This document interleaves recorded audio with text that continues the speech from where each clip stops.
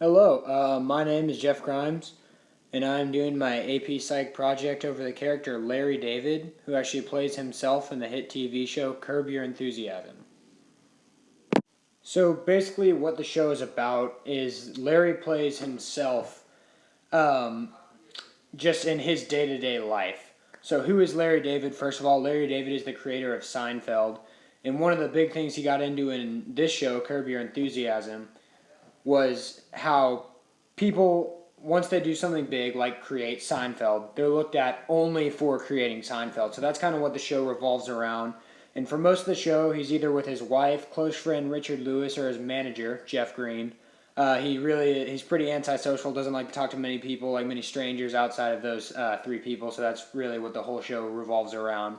And in real life, David, who's a retired comedian, suffers from depression, and he uses Richard Lewis's character to manifest all these depressive symptoms in the show because he himself in the show shows no symptoms of depression, but I'll get into that stuff later. So he says that his role in the show would be his ideal self, which is pretty funny as I'll start explaining who his character is. But his character experiences day to day problems like anyone else, but he's very blunt and abrupt when dealing with other people. And I'll have a clip later in the presentation to show that kind of just supports that statement. But so for our client history, I mean, there's not much that happens in this show that shows who Larry David's character is, and it starts when he's retired, 70 years old, kind of just working on new shows. But from all I can tell, he has no personal history of any disease, with the exception of his father, who plays a decent role in the show. But his father shows early aspects of dementia, which is the only thing that I can relate to Larry's psychological build. So, what behavior does David exhibit that would cause a psychologist or a psychoanalysis to think that there is something wrong with him? Basically, what he does is he displays little to no care for anybody around him, including himself. He really doesn't have a very good sense of self worth. And he often feels persecuted by others for what he believes to be no reason. As you see in the show, most of the time people have a reason to be mad at him. He kind of just revolves around himself and doesn't really look at what others think. Every now and then, as you can see in the picture, he's in heaven, which he actually wasn't. He was just daydreaming. He'll exhibit some sort of hallucinations or delusions, but I don't think it's often enough to really show any serious side effects. And then the last thing is that he is addicted to playing golf, and it often gets in the way of his personal life, like with his wife or even with some friends every now and then.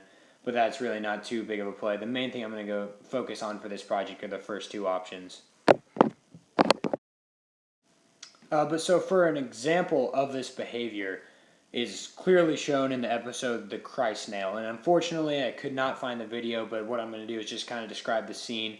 Basically, Larry's stepfather has a necklace that has a nail from the movie The Sacrifice. I think The Sacrifice of Christ. I've never heard of the movie, but it was a prop used in the movie, and he wears it around his neck.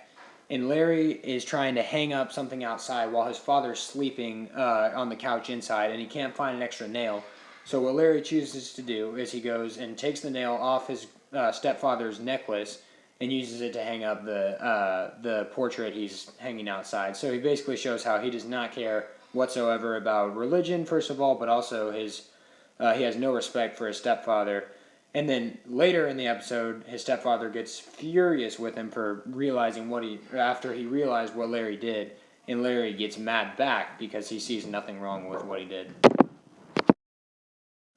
So, for my personal diagnosis of Larry David, first of all, it seems like he doesn't experience enough hallucinations or delusions to be schizophrenic, which was my first inclination. However, he is really paranoid, and he believes others out for him, so I believe he has paranoid personality disorder. And he also does not care for what anybody thinks about him, giving him antisocial personality disorder. The DSM-V, or the DSM-5, excuse me, says really the exact two things, which I'll get into a sec why they say that. But I read about those two in my textbook. It's kind of just a coincidence that the DSM-5 or the textbook that we're reading talked about the exact two that the DSM-5 classified David as. So for paranoid personality disorder, David's character checks off 5 out of the required 4 of 7 boxes. Really, what paranoid personality disorder is defined by the DSM-5 is that they suspect on the basis of little to no evidence that others are plotting against him, which David obviously exhibits a lot. And now for antisocial personality disorder. Out of the 7 boxes given, David's character clearly checks 3 of the boxes when only 3 are required, but he could really kind of check off two more of those boxes, bringing it up to 5. This disorder is defined by a pervasive pattern of disregarding the need to violate the rights of others, which is shown in the following clip. Wait, what time is it? It's 10:20. 10 o'clock is the cutoff time. You don't call people after 10. No. The cutoff time is 10:30. 10 o'clock. You don't call after 10 o'clock. No, 10:30. Cutoff Is time. that right? Yeah, cutoff time's 10:30. Everybody knows that. It's a 10:30 cutoff. Okay. Susie, it's Larry. Did I wake you? Oh, I'm really sorry. 10 o'clock is the cutoff, I man. thought the cutoff point is 10:30. No. Well, 10:20 you called. 10 o'clock's the cutoff. If you call it 10:01, she'll be just as mad. So even in the video, it kind of seemed like David just thought the rule was different. Later in the show, he admits that he just likes to argue with other people and kind of wants to have his way, and that's why he was saying to his wife that the cutoff time was 10:30, even though he knew it was 10. So as a functional assessment, it's kind of hard to tell why he acts in the way he does. It's possible he was picked on as a kid, and that's how he got into comedy in a way. So it wasn't all bad, but he carried the bad parts with him, which is why he acts the way he does today. But why he doesn't really care what others think of him, again, a possible explanation would be that he just made so much money that he really doesn't have to care what other people think. But it's really kind of hard to tell, and there's not much of a functional assessment I can give. So for treatment in the show, David often visits a therapist, really just because his friends and his wife recommend that he does. He wouldn't really do it himself. And in real life, this would probably be the treatment that somebody with these symptoms would be given, because a lot of people believe that these symptoms aren't strong enough to need medication. But if medication would be given, it'd be something like an antidepressant like Xanax or Valium. But really, therapy would probably be the most likely treatment for somebody with these disorders like Larry. As for the outcome of the show, as the show continues, there's 9 seasons, and as it gets to kind of season 6, 7, and so on, his behavior tends to mellow out in some ways. I'm not really sure why. There's no clear explanation, no event that happens. But in the final episodes, he's pretty happy. However, he still has these little spasms where he goes back to his old self. Like in the very final episode, he and his friend are playing golf, and they just get into a little bicker, just that David kind of started for no reason. So is the show realistic? As I mentioned earlier, David speaks in interviews about the show how his TV self is really his ideal self, which is pretty funny because it shows kind of who he is on the inside. How he would act if he didn't care what people thought about his character, which is what his character on the show acts like. So I think the show is very accurate in displaying these. I don't think it was his goal to display these disorders, since it is his ideal self in the show. However, I do think they're very accurate in how they display these, because it's kind of somebody who just says what's on their mind, somebody who always thinks they're right, and therefore is paranoid when others go after him because he believes he's not wrong.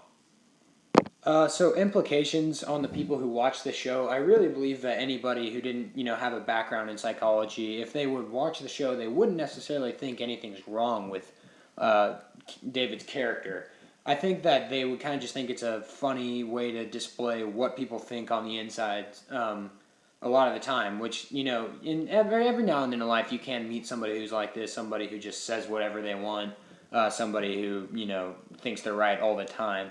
However, I think the main reason that it's realistic is because people do have these feelings that David exhibits, and therefore I think people can relate, which is why the show's so funny. However, it leaves kind of people with an implication that they can say what they want more often. So if anything, the show could be harmful because it could force people to act in ways that maybe they wouldn't normally. But overall, I think it's just a comic relief of what people think on the inside.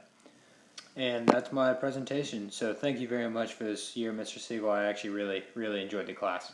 Thank you.